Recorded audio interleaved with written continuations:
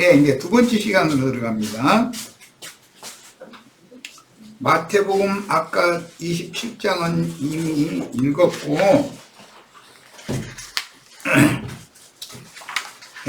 마태복음 27장에 나왔던 이 예언 말씀이 이제 누구는 그걸 보고 누구는 회개하고 돌이키고 누구는 오히려 대적한다라는 첫 시간에 말씀드렸어요. 계시록 9장에 보면 끝내 독종이 발해가지고 회개하지 않는 자들 얘기가 나오고, 계시록 11장에는 두려워하면서 하늘의 하나님께 영광을 돌리는 자들 얘기가 나와요. 그러니까 이게 이제 극과 극인 거죠. 이런 사건이 벌어졌을 때 이게 나타난 상황이죠.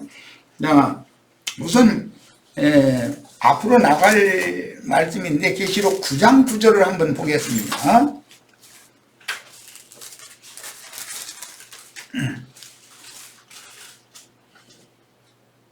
구장 9절. 예, 또 철호심경 같은 호심경이 있고 그 날개들의 소리는 황충군대를 말하는 거예요. 병거와 많은 말들이 전쟁터로 달려들어가는 소리 같으며, 또 전갈과 같은 꼬리와 쏘는 살이 있어 그 꼬리에는 5달 동안 사람들을 해하는 권세가 있더라 그랬어요. 그런데 이 사람들이 끝내 회개하지 않는 얘기가 이제 21절에 나와요. 20절, 21절 봅니다. 이 재앙에 죽지 않고 남은 사람들은 손으로 행한 일을 회개하지 아니하고, 그랬어요. 여기는 회개하지 않는 거예요. 이런 재앙을 당하고도 회개하지 아니하고 오히려 여러 귀신과 또는 보거나 듣거나 다니거나 하지 못하는 금, 은, 동과 목석의 우상에게 절하고, 또 그 살인과 복술과 음행과 도둑질을 회개하지 아니하더라 그랬어요. 옛버르쟁이를 영 돌이키지 않으려고 그러는 자들이 있어요. 이 사람들과 대비되는 사람들이 11장에 나오는 사람들이죠. 그 사람들은 하늘의 하나님께 영광을 돌리는 자들이 나왔잖아요. 11장에 12절부터 13절을 읽겠습니다. 11장. 이게 9장에 나온 사람들과 반대되는 사람들이에요. 하늘로부터 큰 음성이 있어 이리로 올라오라 함을 그들이 듣고 구름을 타고 하늘로 올라가니 그들의 원수들도 구경하더라. 그때 큰 지진이 나서 성 10분 1이 무너지고 지진에 죽은 사람이 7천이라 그 남은 자들이 두려워하여 영광을, 7천이 그 남은 자들인 거, 그라는 건 7천을 지금 수식하는 거예요. 영광을 하늘의 하나님께 돌리더라 그랬어요. 영광을 돌리는 자들이 있고 7천의 남은 자들이 이제 땅의 백성들이 될 사람들이죠. 그들이 있고, 아무리 징벌을 내려도 7장에서 9장까지는 팔레스타인 땅 육적인 자기 백성들 선민들에게 하는 말씀이라는 이미 여러 번 말씀드렸어요. 그런데 그들이 다 돌이키느냐, 신앙을 회복시키려고 주님이 지금 재림하신 주님이 역사를 하시는데 끝내 돌이키지 않는 자들이, 돌이키는 자들만 있는 게 아니라 돌이키지 않는 자들도 많이 나온다는 거예요. 사도행전에서도 보면 유대교의 기득권자들, 대제사장들과 대제사장들을 맹신하고 쫓아다니던 유대인들은 사도들이 다시 한번 회개할 기회를 줘도 너희 손으로 너희 생명의 주를 너희가 죽였지 않냐, 이제라도 너희가 모르고 온 거니까 돌이켜라, 그러면은 기회를 또 주는 거잖아요, 한번. 그런데 대제사장 그 무리는 사도들의 증거를 하지 못하도 매질하고 가두고 그런 짓거리나 하고, 어떤 사람들은 형제들아 그리하면 우리가 어떻게 해야 구원을 얻겠느냐 해가지고 회개하고 돌이키는 무리가 소수가 나오죠. 자, 이처럼 항상 시대가 전환될 때는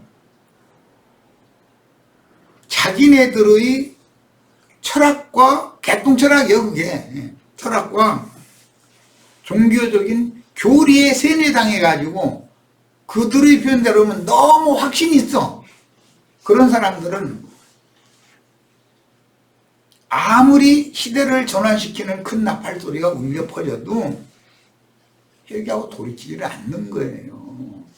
그래서 교회 생활을 하다가도 생명으로 아는 알면 그리스도의 은혜로 얻은 사람들은 어떤 나팔 소리가 들리면 유심히 귀를 기울여서 들어보고 성경에 그런가 해서 가서 신사적인 사람 자꾸 추구를 하는 거예요. 그럼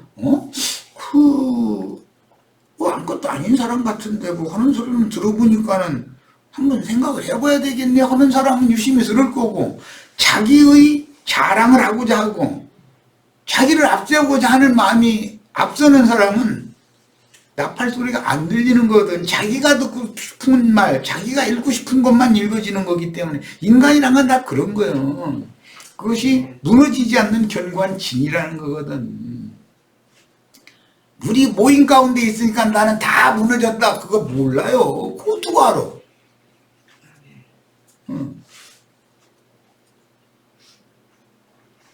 자기를 어떻게든지 해서 내세우고 자기 자랑하고 괴물받고 하고자 하는 그게 완전히 야심이 속에 감춰져 있으면서 아닌 척 얼마든지 하는 거거든. 어느 때가 되면 그게 딱 드러난다 이거예요. 때가 되면. 그럼 기회를 못 잡으니까 그거 들통을 안 내는 거지. 기회가 생기면 딱 드러내버리거든. 이런 걸 잘 유심히 들어서 생각해 보셔야 돼. 하나님은 항상 회개를 먼저 촉구한다. 회개하면 용서해 주는 거예요. 돌이키면. 근데 돌이키지 않으면 사명이 없는 거예요. 버림받아야지 어떻게 할 거예요. 그래 내가 이 증거를 하다가 이제 쉽게 표현을 하느라고 계속 그러시면 그렇게 하시다 돌아가시라고. 이제 그 좋은 말로 해야 되니까 나쁜 말로만 사람들이 듣나. 그러시냐고. 그럼 뭐 그렇게 하시다 돌아가세요. 뭐 이렇게밖에 얘기는 않는데, 내가 하는 말을 여기 잘 유심히들 들으셔야 돼. 심지어 뭐 화장실에 가서 뭐 배설하면서 기도한다고 하나님 안 들으시냐, 뭐 설거지하면서 기도한다고 하나님이 귀 없어서 못 듣냐, 조용히 기도해도 다 듣는다, 뭐 이런 얘기까지 하는데, 숟갈이나 식기, 설거지 하는 것은 내 세상을 마음보재기 속에 들어있는 거 깨끗이 닦아야 된다, 그 말을 내가 말하고자 하는 거고, 화장실에 앉아서 배설하면서, 아니 뭐 꼭 배설하면서 기도할 필요는 없지만 왜 그렇게 얘기를 하겠어. 내 속에 무슨 불필요한 것들이 너무 많이 채워져 있어 가지고 배설을 제대로 못하면은 얼마나 불편해 사람 사는 게. 다 이해감사 들으시기를 바라요. 자, 그래서 이 말씀을 구약 성경의 사무엘상에서 보면 이제 복종 얘기가 나오는데, 계시록 9장에 보면은 그게 다 복종이 바란 자들이거든. 자, 사무엘상 5장 5절로 12절을 읽겠습니다. 지금 계시록에서 말하고자 하는 의도를 이해시키려고 이거 찾아 읽자고는 시간이 걸려도 할 수 없어. 그냥 나도 빨리빨리 시키고 그냥 쭉 한 번씩 읽고 넘어갑시다 그러고 싶어. 그런데 그래가지고 집회를 하나만 하지 뭐고 아무것도 받을 것이 없는 거라면, 성경 읽기를 우선 이렇게 내가 강조하는 것은 기초적으로 문자로 돼 있는 성경 자체를 모르는 사람한테 이것을 풀어서 해석을 해서 가르치면 이해가 안 되는데 무슨 소용이 있냐 싶어서 1차적으로 이거 좀 해야 된다고 생각을 한 거예요. 자, 5절로 12절 읽어나갑니다. 그러므로 다곤의 제사장들이나 다곤의 신전에 들어가는 자는 오늘까지 아스도스에 있는 다곤의 문지방을 밟지 아니하더라. 이게 뭔 말인지 아시겠죠? 다곤 신전에다가 여호와의 괴를 갖다가 안치를 해놨더니 여호와와 다곤신과 싸워가지고 다곤신의 모가지 부러지고 손목 발목 다 분질러 버렸다는 거예요. 그래가지고 분질러진 손목과 발목 다곤신 대가리가 문지방이 이렇게 널브러져 있더라는 거예요. 그러니까 다곤신에 열심 내는 사람들은 그 문지방 절대 넘지 않는다는 거예요. 이게 또 뭔 말인지 내가 설명하지 않아도 알 거예요. 오늘날 예배당 열심 내는 사람들 지금 무슨 짓 하고 있는지 다 알 거예요. 그들의 신 감히 발로 이렇게 건너가고 그러더니 절대 그렇게 안 해요. 네, 그들이 지금 하늘의 하나님을 위해서 목숨 내놨어. 그런데 그 하나님이 다곤신이잖아. 사실은 여호와의 손이 아스돗 사람에게 엄중히 더하여 독한 종기의 재앙으로 아스돗과 그 지역을 쳐서 망하게 하니 아스돗 사람들이 이를 보고 이르되 이스라엘 신의 죄를 우리와 함께 잊지 못하게 할지라 그의 손이 우리와 우리 신 다곤을 친다 그랬다는 거예요. 야, 그러니까 자기네들의 신이 여호와의 신과 싸워서 졌다는 것을 확인하고 나면 겸비하게 회개하고 돌이켜야 되잖아요. 자기들의 신을 버리고 이제 회개라는 건 신을 바꾸는 걸 말하는 신을 버려야 돼. 신을 버리고 여호와께로 와야 되잖아. 돌아와야 되잖아요. 그런데 승질나 가지고 어떻게 하냐면 독종이 발해버려. 독종이. 그 계시록에 아무리 재앙을 당하고 나서도 하늘의 하나님을 향해서 독종이 발해가지고 막 세방하면서 막 덤빈다는 거예요. 이 사람들이 구원을 받겠어요? 왜 그럼 독종이 발하겠어요? 자기가 듣고 싶은 거, 자기가 보고 싶은 거, 그것만 바라지 참 하나님의 실상이 들리지도 보이지도 않기 때문에 그러는 거거든. 자기 이거 보고 아집이라고 그래. 그래서 돌아서셔야 돼. 6장 5절로 11절을 더 보겠습니다. 6장에서 그러므로 너희는 너희 독한 종기의 형상과 독한 종기도 형상이 있어. 우리 삶 가운데서 어떻게 하다 보면은 뭐 어디 이제 종기가 뭐 옹치나 또는 뭐 종아리나 어디 어느 부위에 아무것도 아닌 것이 뭐 뾰루지처럼 이제 아무것도 아닌 걸 시작했다가서 이게 가렵다 해가지고서 거기 손톱 밑에 기운이 잔뜩 있는 데 가서 피날 때까지 긁어버려. 그러면은 이게 안 나서 달 잡기 시작하고 나중에 이제 안에까지 이 균이 파고 들어가니까 막 헐겁게 부어올라가지고 사도거잖아요. 그때서 병원에 가 아니 진작에 오지 그랬느냐 그러잖아요. 피부과에 가면 쉽게 치료할 수 있는 약이 있는데 요즘에 뭐 페니실린이 마이신이 이게 그냥 굉장히 좋은 효과적인 약들이 있으니까 금방 치료할 수 있거든. 그런데 그렇게 사독해가지고 가면은 치료를 오래 받아야 되잖아. 고림 계속 짜내야 되고. 자, 그러면 그런 독종이라는 것이, 독종의 형상이라는 것이 뭐냐? 문둥병이 바른 것을 의미한다 이 말이에요. 하늘의 하나님을 대적한다 이거예요. 그런데 하늘의 하나님의 이름을 대적하는 것은 하늘에 거하는 자들, 특히 인도자들을 대적하는 걸로 나타나는 거예요. 네.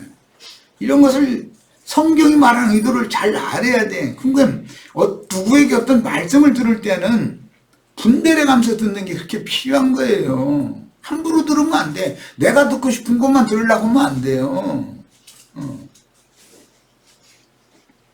내가 듣기 싫은 말씀도 성경에 있는데 그건 안 받아들일 거야? 그건 성경 아니야?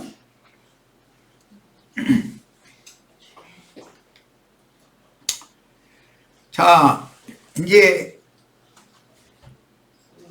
마태복음 24장 27절로 31절을 이제 반복해서 아까 읽었는데 다시 한번 이제 이건 설명이 필요해서 읽는 거예요. 이번에는 마태복음 24장 27절로 31절 번개가 동편에서 나서 서편까지 번쩍임같이 인자의 임함도 그러하리라 그랬어요. 인자가 오시는데 번개같이 온다는 거예요. 번개같이. 번개는 셈족들의 관념에는 요거의 칼이라는 관념이 있어요. 이것은 어둠을 완전하게 번개 칼로 쫙 갈라버리는 거예요. 이 편과 저 편을, 어둠을. 그리고 나서는 죽음이 있는 곳에는 독수리들이 모일 것입니다. 이 죽음이라는 건 시체들을 말한 거예요. 요즘에 인도적이 뭐 보니까 시체들이 아주 즐비하더만. 신문 보니까. 그리고 나서 다음 때 이제 그 연결군데 그날 환란 후에 이렇게 했어요. 자, 그러니까 번개가 동편에서 나서 서편까지 번쩍임같이 인자가 임하는 것은 사실은 환란 날이었다라는 말이에요.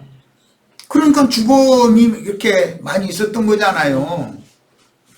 자, 이것은 흔히 말하는 마지막 한일의 전반부다 이거예요. 두 증인들이 죽고 승천할 때까지는 그날의 환란이에요. 그런데 그날의 환란이 끝이 아니고 그 후로 흔히 말하는 짐승의 때 후 3년 반이라는 것으로 연결된다 이거예요. 이제 이어서 본격적으로.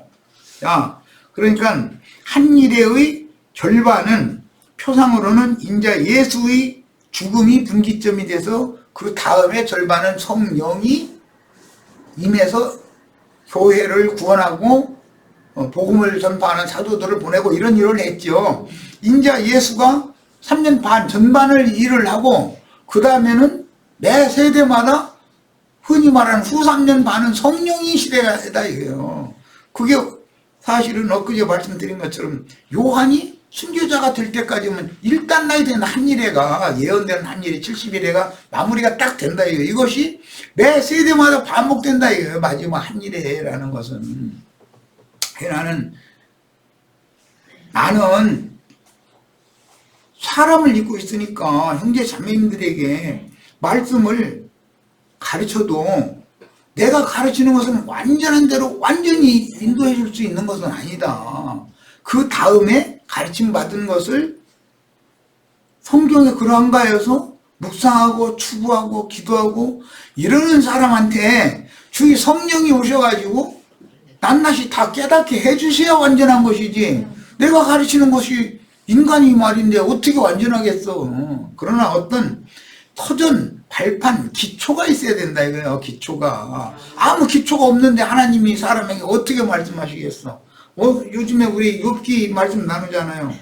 엘리후가 먼저 욥과 그 친구들에게 말씀을 먼저 주시는 거예요. 그 다음에 여호와께서 엘리후가 구속을 이룬 다음에 영이 되어져 가지고 또 두 번째 말씀을 하시면은 완전히 굴복할 사람 굴복하는 거거든. 항상 이런 과정을 거친다는 걸 이해를 꼭 하셔야 돼요.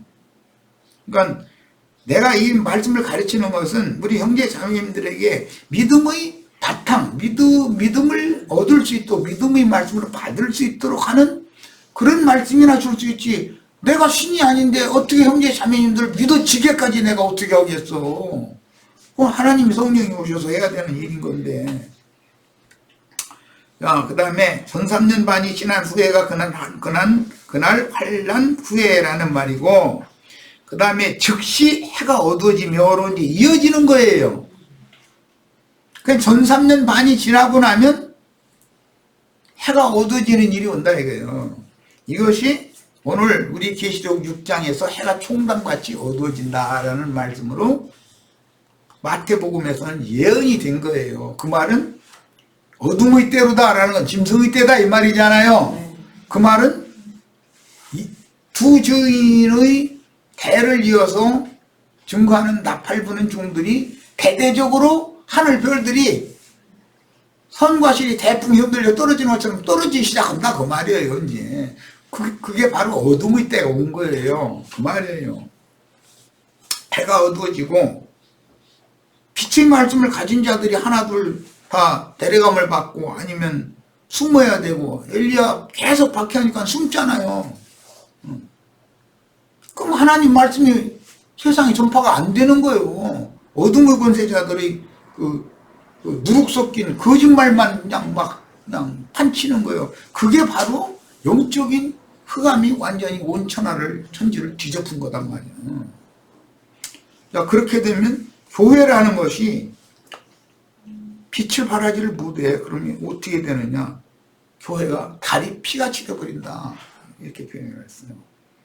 달이 빛을 내지 아니하며 별들은 하늘에서 떨어지며 하늘의 권능들이 흔들리리라 그러는데, 이게 마태복음 24장에서는 예수님이 이때 하늘에서 징조가 너희에게 있을 것이다. 하늘의 권능들이 흔들린다.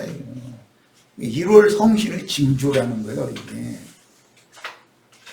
그때 인자의 징조가, 하늘의 권능들이 흔들리는 것은 해, 달, 별이 빛을 발하지 못하게 되는 거예요. 그게 이제 그때가 인자의 징조가 하늘에서 보이는 때고 보이겠고, 그때에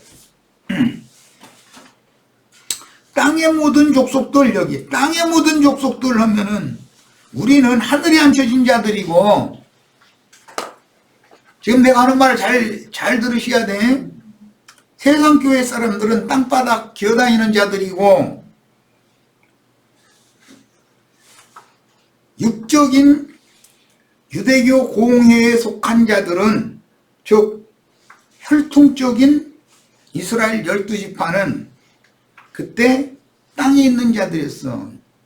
유대교의 랍비였던 니고데모와 예루살렘 성전에서 대화하실 때, 인자는 하늘에서 와서 하늘에 있는 인자이고 하늘에 올라간 자다. 그런데 너는 아직 땅바닥에 있지 않냐. 땅 일을 말해도 너 알아듣도 못하는데. 땅에 거하는 자 있었거든. 그때 당시는. 내가 하늘의 일을 말하면 네가 어떻게 알아듣겠냐. 거듭나는 얘기를 하면서 그 말씀하신 거예요. 자, 그냥 계시록에 이제 땅의 백성들 얘기가 나오면 전부 그 마음의 생각이 저주를 벗어나지 못한 사람들이라는 것을 1차적으로 염두에 두셔야 돼. 그런데 땅의 백성들이라는 것은 그 마음이 영에 있는 혼이 아니고 육신에 있는 혼이다. 전부 다. 그런 걸로 성경 구절 암기하고 성경 읽고 나면 잘 가르칠 수도 있어요. 얼마든지 할 수 있어요. 그런데 그게 땅에 거하는 자들이요. 그들에게 피 흘린, 무지한 피를 흘린 자들의 피를 갚아주러 오시는 거예요. 주님이. 이걸 잘 생각하셔야 돼. 그래서 땅의 모든 족속들이 통곡한다 그랬는데, 여기에서 그냥 단순한 족속이 아니고 족속들이라고 하는 것은 이스라엘이 적용하면 12지파를 의미하는 것이고, 그 다음에 영적으로도 기독교계에 육신에 속한 신자들이 얼마든지 있다 이거예요.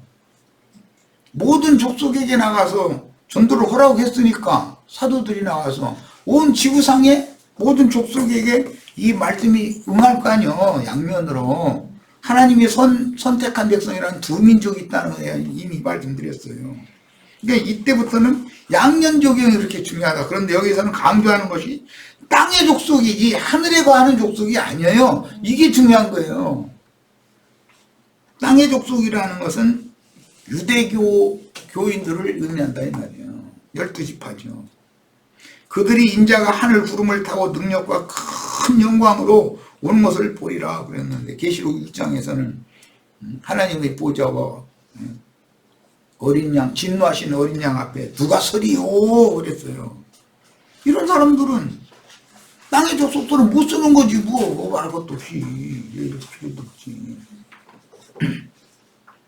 이걸 볼 때 계시록 1장 7절은 마태복음 26장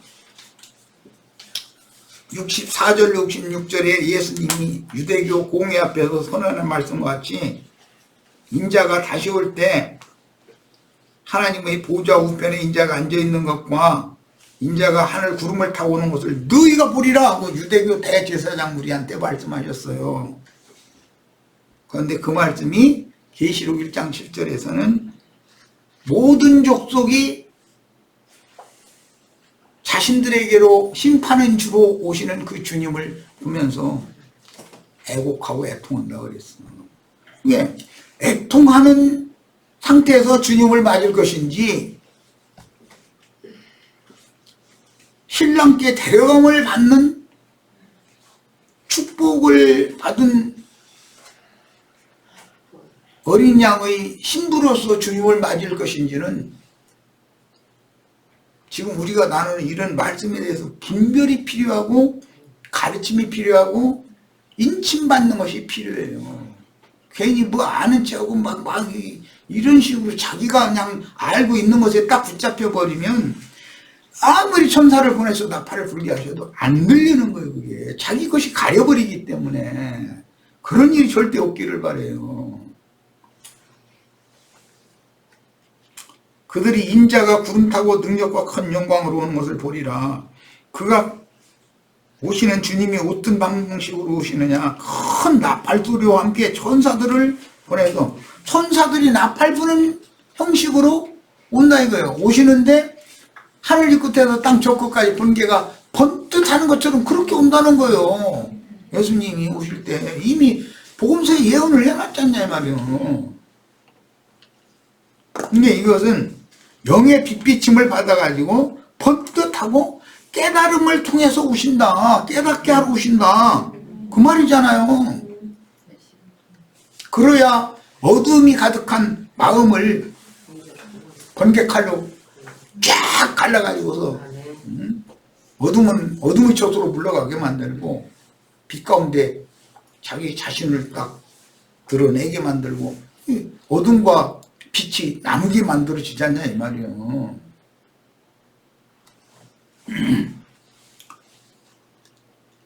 자, 그래서 그들이 나팔 부는 천사들이에요. 이건 계시록 8장 6에 나오는 말인데 그 택하신 자들은 두 민족이 있다고 말씀드렸어요.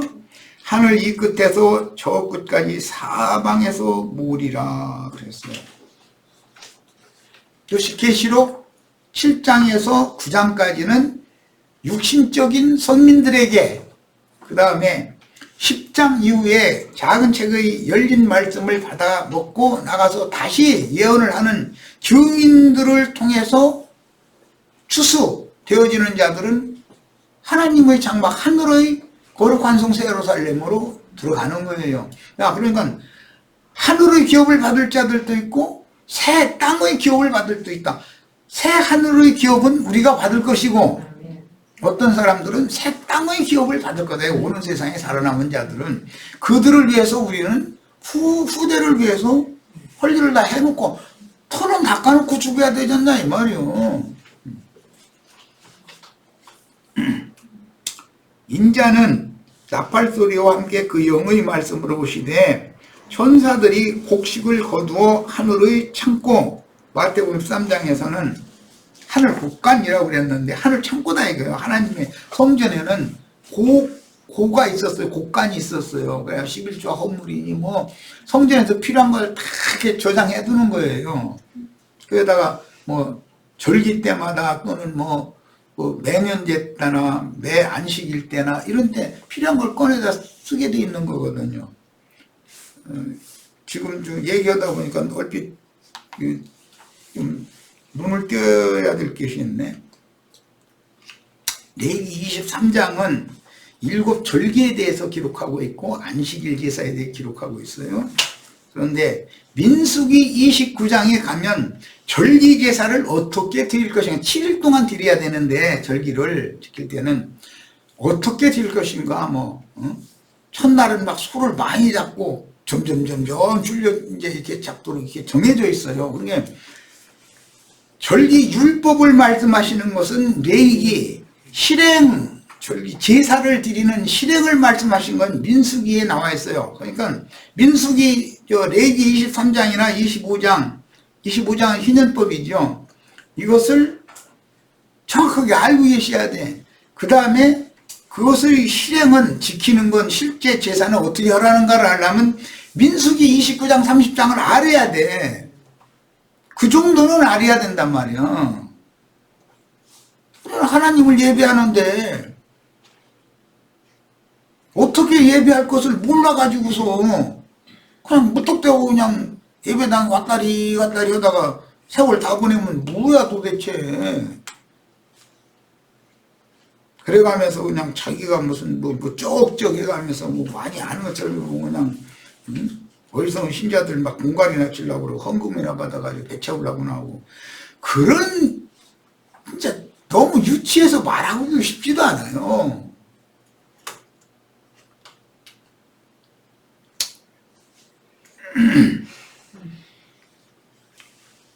그 다음에 인자는 나팔소리와 함께 그 영의 말씀으로 오시되 천사들이 곡식을 거두어 하늘 창고인 신부성으로 거두어 드리는. 하늘 창고라는 것은 위에 있는 예루살렘을 그 하나님이 임재처소잖아요. 거기 하나님이 집이에요. 완성된 집. 그게 이제 전에 내가 잠깐 말씀드린 것 같은데 이스라엘은 가나안 땅에 들어가면 레위인들과 제사장들은 땅의 기업이 원래가 없어요. 레위인들이라는 땅의 기업을 주지를 않기 때문에. 그러면 그 사람들도 육신 입고 살아있는데 그러면 허공에 떠다니면서 할 수는 없잖아요. 그러면은 12지파가 의무적으로 가장 좋은 성읍들을 레위인들을 위해서 내주는 거예요. 그럼 레위인들은 거기에서도 가장 좋은 성읍을 요단 동편의 세 성읍, 요단 서편의 세 성읍에서 제사장들의 성읍을 또 내줘야 돼요. 대제사장은 그 6성읍을 순회하면서 이게 순회 판사 노릇을 하는 것이죠. 자기가 오살의 범죄를 저질렀으면은 가장 가까운 그 도피성으로 도망을 가서 사고의 경위를 그 당직 제사장들한테 얘기하면은 문 열어주면 들어가는 거고, 들어가면은 뒤쫓아오는 사람이 절대 그 사람 내놓으라 해도 안 내놓는 거예요. 못 내놓는. 그렇게 해서 보호를 해주도록 돼 있어요. 그런데 그 사람이 한 말이 진실인지 거짓말인지는 재판을 해봐야 알잖아요. 회중 앞에서 공적으로. 그러니까 대제사장은 6성읍을 순회하면서 판결을 내려주는 거예요. 그 대제사장이 영원하신 성령으로 말미암아 영원한 그 대제사장 직분을 행하시는 그리스도의 그 영을 상징한 거잖아요. 온 땅에 모든 교회들을 순회해가면서 빛과 어둠, 불의와 그 다음에 불선, 그 다음에 의와 선, 이런 것들을 정확하게 성령이 판단을 해줘야 되는 거잖아요. 이런 것을 그 구약성경 모세오경을 몰라가지고는 신약성경을 해석한다는 게 그건 말도 안 되는 소리예요. 기본적으로 그래서 성경을 읽어야 된다 이거요. 성경의 내용은 알고 있어야 되지 않냔 말이요. 이런 것을 다 설명을 해나간다는 게 얼마나 시간이 많이 걸려 이걸. 설명한다 해서 사람들이 다 순수하게 받냐면 그렇지 않아요. 자기 듣기에 기분 좋은 것만 받으려고 그러지. 사람이라는 건 축복이 있을지어다 해서 뭐 병 고쳐서 부자 되고 막 이런 얘기는 쏙쏙 들어와. 그런데 하나님의 말씀으로 구원도 하시지만 심판도 하신다 하고 나면 기분 나빠버려. 심판의 말씀 안 받으려고 하는 게 사람이 특성이거든 이게. 심판의 말씀을 먼저 받아야 구원의 말씀을 속사람이 또 받는 거죠. 옛사람이 심판의 말씀을 받아서 심판을 받아서 없어져 버려야 새하늘과 새 땅에 앉혀진 수 있는 속사람 새 사람이 구원을 얻는 얘기가 성경 이야기인데 자기가 듣고 싶은 것만 육신이 원하는 것만 들으려고 하면 그거 안 되는 거예요. 그건 말할 것도 없이. 그 다음에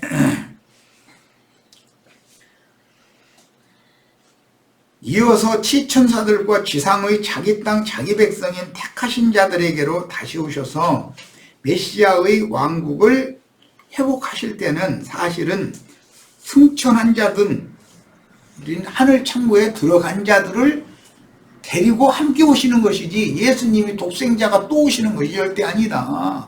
그분의 온전케 되는 의인의 영들 성도들과 함께 오는 거다. 이건 뭐 수도시 말씀드렸어요. 자, 그 다음에 큰 지진이라는 것은 굳어진 인간들이 마음이 크게 요동하는 것에 대한 표상이다. 그러므로 온 지구상에 구속받은 성도들이 당세에 보내심을 받은 사자들인 증인들, 나팔 부는 자들이 나팔 잡은 자들이죠. 증인들의 경고와 같이 역사상에 성취되는 하나님의 심판 집행을 목도하며 크게 두려워하더라. 계시록 11장 11절 13절에 이렇게 나와 있는데, 이 크게 두려워하는 자들이 새 세상에 남을 자들이다 이거예요. 남은 자 7천이 되는 이야기다 이 말이에요. 자, 교회 시대로 전환할 때는 120명이 교회의 창립 멤버였어요. 그게 그루터기였죠. 예루살렘 교회 120명과 수많이 예루살렘 신전에 모이면 구분하라는 내가 반복해서 말씀드렸어요. 그런데 교회 시대의 끝에 오는 세상의 인마진 이스라엘 12지파로 말미암는 14만 4천의 그루터기 창립 멤버, 어린 양의 장막의 창립 멤버는 남은 자 7천이단 말이야. 120명, 7천명, 이것도 잘 기억해 두시기를 바래요. 자, 그래서 이들이 새 세상에 남을 자들이고, 계시록 이제 앞으로 나가는 7장 9절로 17절의 그루터기다 이거예요. 그루터기. 그들을 통해서 다시 생육하고 번성하면 14만 4천이 다시 채워지는 얘기다 이런 말이에요. 계시록의 1월 성신의 그 징조를 복음서에서 미리 예언을 하셨는데, 그 친히 증거하신 징조는 1월 성신의 징조죠. 큰 지진이 있는 것과 땅에는 주님의 재림 예언을 대언한 증인들의 경고가 역사상에 응하는 것을 비유적으로 표현하는 말씀입니다. 그러니까 복음서에서 말씀하시는 것은 성령께서 교회들에게 하시는 말씀보다 훨씬 더 압축적이고 요약적이기 때문에 나중에 그 영의 말씀을 들어야 예수님이 말씀하신 예언들이 이게 이 말씀이구나라고 이해가 된다는 거죠. 그러니까 예수님의 말씀과 하나님이 친히 증거하신 성령의 증거가 일치가 되어져야 되는 거잖아요. 예수님이 하신 말씀과 성령의 증거가 일치가 안 돼. 그러면 그건 잘못 믿는 거예요. 이해가 잘못됐다는 거예요, 지금. 마태복음 24장에서 제자들은 주님이 오는 세상에 다시 온다, 강림한다고 이렇게 주님이 그때 당시 인자로 살아계실 때 제자들한테 그렇게 말씀하시니까 마태복음 23장에 화 있을진저를 계속 말씀하신 다음에 24장에서 23장 저 말미에 보면 돌 위에 돌이 하나도 남지 않고 다 이제 무너뜨려지는 얘기 해가면서 인자가 다시 온다 이러니까 제자들 질문해요. 그때 그럼 무슨 일이 있고 무슨 징조가 있겠습니까? 라고 두 가지를 물어봤어요. 이것이 마태복음 24장에서 예수님이 답변하신 내용인 것이고, 그것이 계시록 오늘 6장에서 우리가 지금 실현을 보고 있는 중이다 이 말이에요. 계시록은 앞에서 어떤 말씀이 다 인용되는 거예요. 그냥 어떤 말씀을 지어내는 말이 하나도 없어요. 그럴 리가 있어요. 성령의 증거는 앞에 나온 말씀이 있기 때문에 근거가 있으니까 그걸 갖다 재인용을 해서 역사상에 이걸 적용하는 것이지. 예수님이 그때 당시 1차 예언의 적용이라는 것은 로마가 예루살렘을 점령하는 거였어요. 그리고 이스라엘 나라를 지구상에서 완전히 멸망시켜버리는 거였어요. 그런데 그 당시 예루살렘의 멸망은 훗날 이제 교회시대 끝에 큰 음녀, 많은 물이 앉은 큰 음녀인 큰 성 바벨론이 벌거벗겨지고 불사름을 당함으로 이방인의 때 끝에 세상 교회와 세상 나라의 심판으로 재현이 되는 것이다. 그럼 이것이 끝이냐? 1000년이 차고 나면 또 한 번 있다 이거예요. 이 일은. 조금 시간이 있으면 좀 더 하겠습니다. 여기 인용한 구절은 오늘 내가 다 찾으면 시간이 많이 걸리니까 그냥 인용만 해놓고 넘어가는데, 이 말하는 의도가 예수님과 사도들 때 있었던 것이 교회 시대의 끝에 반드시 반복되어지고 새 세상 사람들에게, 교회에게 적용됐던 것은 새 세상의 땅의 백성들에게 똑같이 반복되는데, 유대인에게서, 이스라엘 12지파에게서 이방인에게로 갔다가 이방인들의 때가 끝나고 이스라엘 12지파의 회복으로 다시 돌아오는 얘기다 하는 거예요. 그러면 이방인들 중에서 온전한 구원에 들어가지 못한 많은 어린아이 신자들은 그럼 그걸로 그냥 다 바깥 어두운 데 버림받아가지고 그냥 끝나버리느냐? 그게 아니다 이거예요. 그 천년이 차면 이름이 일시적으로 흐려졌던 사람들이 회복이 되는 이야기가 나왔어요. 이것은 이미 율법에 아들 낳은 여자와 딸을 낳은 여자의 율법이 이미 정해져 있었어요. 이런 모든 말씀을 정확하게 역사를 진행하실 때 적용해서 역사를 진행하신다.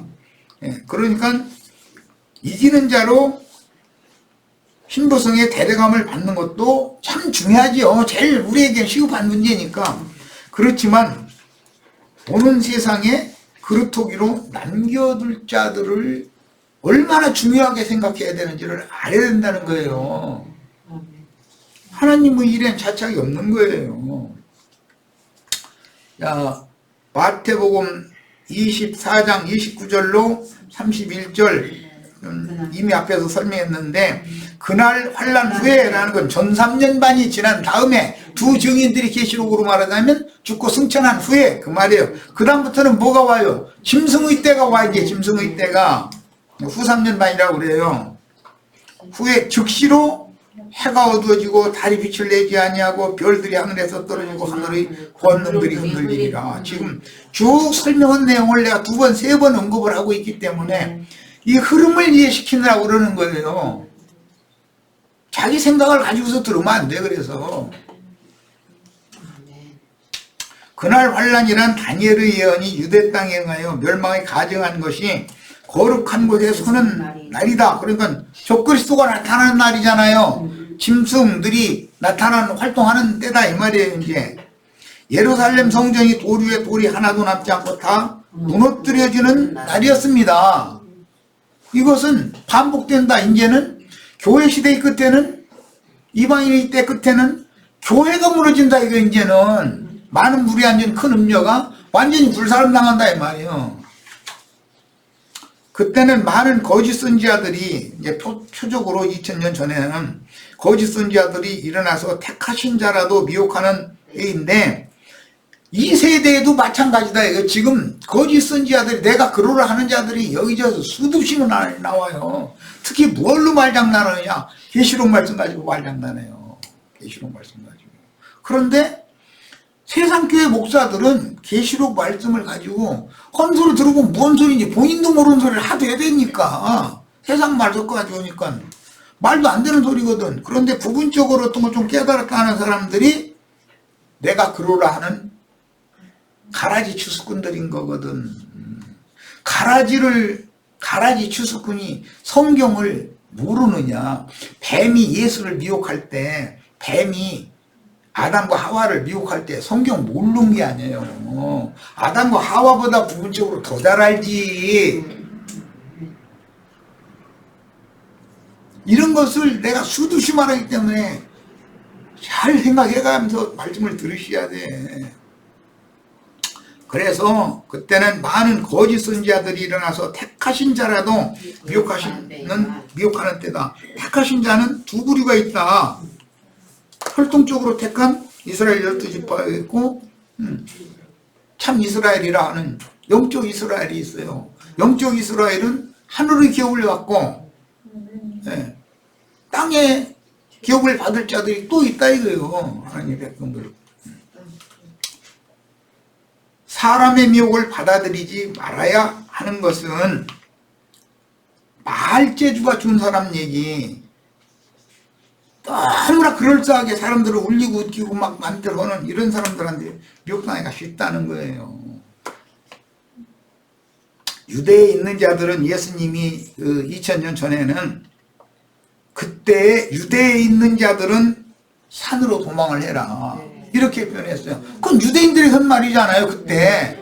그런데 계시록에서는 이제 이방인들에게 하는 말이고 산이라고 하는 것도 이제 산이 제자리에서 옮겨진다 그랬는데 하늘의 시온 산이라는 산이 있고 음녀가 7산에 앉아 있잖아요. 음녀의 산이 또 있죠.